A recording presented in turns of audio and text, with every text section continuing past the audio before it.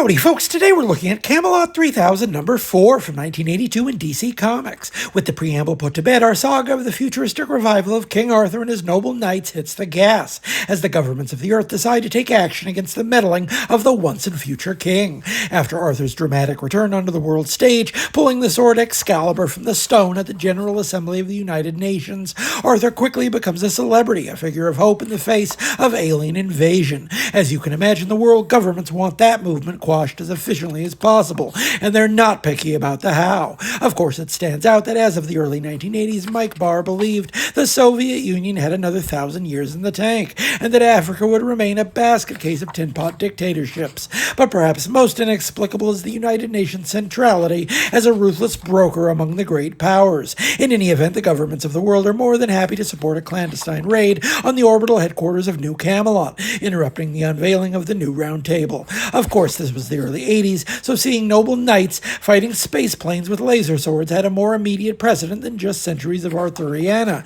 Return of the Jedi was still months away from release by the time this issue saw print, so the imagery of the first two Star Wars films was still fresh in the public imagination. It should come as no surprise that the Knights of the Round Table should make short work of the initial assault. The revived Sir Tristan acquits herself well and also just happens to blow away her ex-fiancé with what appears to be a space howitzer.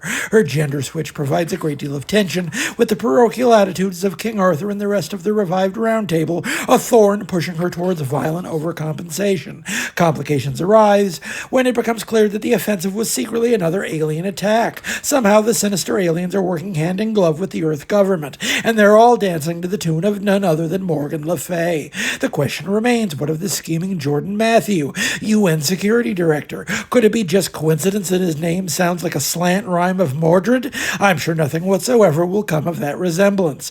The back of the book also features 2 pages of Brian Bolland's preliminary sketches for Guinevere, good enough for anyone else's finished pieces, naturally.